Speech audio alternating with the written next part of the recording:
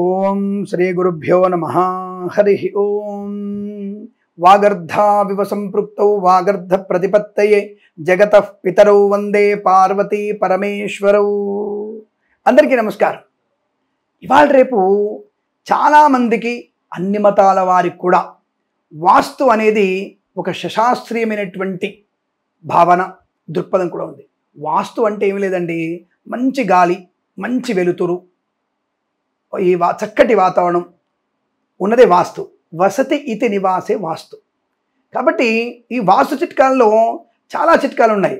అంటే ఇది ఒక ఇల్లు కట్టిన తర్వాత నాలాంటి కూడా వచ్చేసి ఓ ఈశాన్యం ఇది బాగాలేదు కూలగొట్టు అంటే వాడు సరైన వాస్తు పండితుడు కాదు. నైరుతిలో ఇది బాగాలేదు కూలగొట్టు అంటే మంచి వాస్తు పండితుడు కాదు. విపరీతమైనటువంటి దోషాలు ఉంటే మాత్రం తప్పకుండా నేను పలగొట్టమని చెప్తాను. ఉదాహరణకి నైరుతిలో అపార్ట్మెంట్లలో ఎగ్జాక్ట్ నైరుతి గదిలో టాయిలెట్స్ కడుతున్నారు. ఇది ఎట్టి పరిస్థితులు కూడా బాగా గుర్తుపెట్టుకోండి, నైరుతి గదిలో టాయిలెట్ అనేది నైరుతి మూల ఉండకూడదు. నైరుతి గదిలో దక్షిణం వైపు, నైరుతి గదిలో పశ్చిమం గోడకి, అంటే మనకి లోపలే ఉంటుంది, పశ్చిమం గోడకు నైరుతి మూలకు మాత్రం ఉంచకండి. అంటే ఫర్ ఎగ్జాంపుల్ దక్షిణ గోడని 3 భాగాలు చేస్తే ఒక భాగం ఆగ్నేయం, ఒక భాగం దక్షిణం, ఒక భాగం నైరుతి అవుతుంది. ఈ నైరుతి అనే భాగంలో కట్టకండి. అలాగే పశ్చిమ గోడ తీసుకుంటే 3 భాగాలు చేస్తే వాయవ్యం, పశ్చిమం, నైరుతి. ఈ నైరుతి అనేటువంటి దక్షిణ వాయవ్య నైరుతి ఉన్నటువంటి వైపుల గోడకు ఉన్నటువంటిది, అంటే పశ్చిమ గోడ దక్షిణ గోడ మధ్య ఉన్నటువంటిది నైరుతి భాగం. ఈ భాగంలో మీరు ఎట్టి పరిస్థితుల్లో టాయిలెట్ కట్టకూడదు. అపార్ట్మెంట్లో కట్టకూడదు. సార్ అపార్ట్మెంట్లో గుంత వచ్చేసి ఈశాన్యానికి ఉంది సార్, మా పైప్ మొత్తం ఎక్కడి నుంచి పోతుంది సార్. నీకు టాయిలెట్ అనేది అక్కడే ఉంది కదా, అది అనారోగ్యాన్ని, ధన నష్టాన్ని, కుటుంబ యజమానికి యశస్సుని పోగొడుతుంది. ఇది గుర్తుపెట్టుకోండి.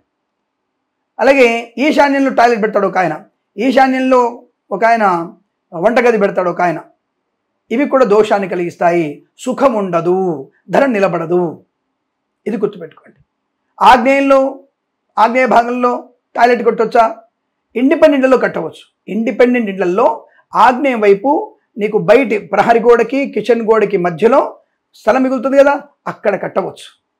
అది దోషం కాదు, అది మంచిదే, ఆనందాన్ని కలిగిస్తుంది, యశస్సు కలిగిస్తుంది. అలాగే వాయువ్యముల్లో తప్పకుండా కట్టుకోవచ్చు, దానికి ఎటువంటి దోషం లేదు, అనుకూలంగా ఉంటుంది. తూర్పు గోడకి ఎట్టి పరిస్థితుల్లో మీకు టాయిలెట్ అనేవి ఉండకూడదు, మంచిది కాదు. ఇలా ఇవన్నీ చిన్న చిన్న చిట్కాలు, ఇవి పాటిస్తే నీకు పోయేదేముంది. అందుకనే అన్ని మతాల వారు కూడా వాస్తు అంటే తప్పకుండా నమ్మకం ఉంటుంది.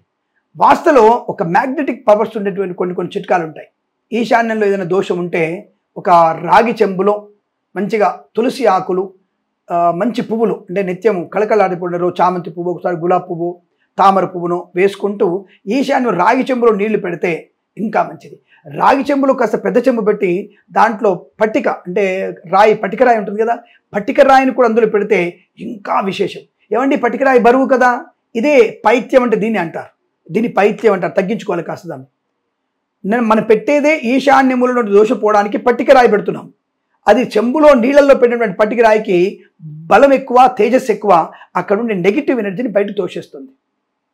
అలాగే ఇంటికి దృష్టి దోషాలు ఉన్నప్పుడు, ఏదైనా మూల దోషాలు ఉన్నప్పుడు గడప మీద గళ్ళుప్పు పెట్టాలి. ఇది వాస్తు సంబంధమైన విషయమే. ఈ గళ్ళుప్పుకి పాజిటివ్ మ్యాగ్నెటిక్ ఎనర్జీ ఉంటుంది. దానివల్ల ఇంటి లోపలికి నెగిటివ్ ఎనర్జీని, అంటే పురుగు పుట్ర రానివ్వదు, అలాగే వ్యక్తుల యొక్క నెగిటివ్ ఎనర్జీ కూడా మనకి రానివ్వకుండా చేస్తుంది. అందుకనే తప్పకుండా చేసుకోవాలి. అలాగే అమావాస్య రోజున మనకి కూష్మాండ బలి కూడా ఇవ్వాలి. అంటే పండు గుమ్మడికాయ బద్దలు కొట్టాలి సింహద్వారం దగ్గర, అలాగే ఒక బూడిద గుమ్మడికాయని కట్టే ప్రయత్నం చేయాలి. ఇవి చేయడం వల్ల వాస్తు సంబంధ దోషాలు ఏమైనా, నెగిటివ్ ఎనర్జీ తొలగిపోయే అవకాశం బలంగా ఉంటుంది. అలాగే మనము పడుకునేటువంటి శిరస్సు ఎటువైపు పడుకుంటామో దక్షిణం కనుక తలపెట్టి పడుకుంటే మంచిది. ఇంటి పెద్దవారు నైరుతి మూలలో, పిల్లలు వాయువ్య మూలలో, అతిథులు అభ్యాగతులు ఈశాన్య మూలలో ఉండేటువంటి ప్రయత్నాన్ని చేయాలి. ఈశాన్య గోడకి తూర్పు మధ్య భాగంలో మీకు ఒకవేళ దేవుడి గది వస్తే ఇంకా మంచిది, యశస్సు బాగా ఉంటుంది. ఈశాన్యంలోనే పెట్టుకోవాల్సిన అవసరం లేదండి, గుర్తుపెట్టుకోండి. ఇలా మనకి కొన్ని ఈ వాస్తుపరమైనటువంటి చిట్కాలు పాటిస్తే ఆరోగ్యం ఉంటుంది, మంచి విద్యా సంపన్నత ఉంటుంది, ధనము నిలకడ ఉంటుంది. కాబట్టి మనం ఇవన్నీ పాటిస్తే మంచిదన్న విషయాన్ని గుర్తించండి. భార్యాభర్తల మధ్య మంచి అన్యోన్యత ఉంటుంది, సంతాన యోగం ఉంటుంది. ముఖ్యంగా నైరుతిలో ఉండేటువంటి అల్మార వల్ల మనకి ధనం బాగా నిలకడ ఉంటుందన్న విషయాన్ని గుర్తించండి. ఇంకా పైత్యం ఏం తెలుసా, చాలామంది ప్రతి గదిలో కూడా వాస్తుస్తా అంటాడు, అది తప్పు. ఇంటికి ఈశాన్యం ఒకవైపు, ఇంటికి ఆగ్నేయం ఒకటి, ఇంటికి నైరుతి ఒకటి, ఇంటికి వాయువు ఒకటి, 4 దిక్కులే. 8 విదిక్కులు ఉంటాయి. మళ్ళీ 4 దిక్కులు 8 విదిక్కులు ఉంటాయి. ఈ 8 విదిక్కులు ఒకటే ఉంటాయి ఇంటికి. కానీ ప్రతి ఇంట్లోకి వచ్చేసి, ప్రతి రూమ్లోకి వచ్చేసి ఈశాన్యాలు ఇది బాగాలేదు, ఈశాన్యం ఇది పెట్టావంటే వాడు సరైనటువంటి వాస్తు పండితుడు కాదు. ప్రతి రూములో ఈశాన్య నైరుతి చూడకూడదు.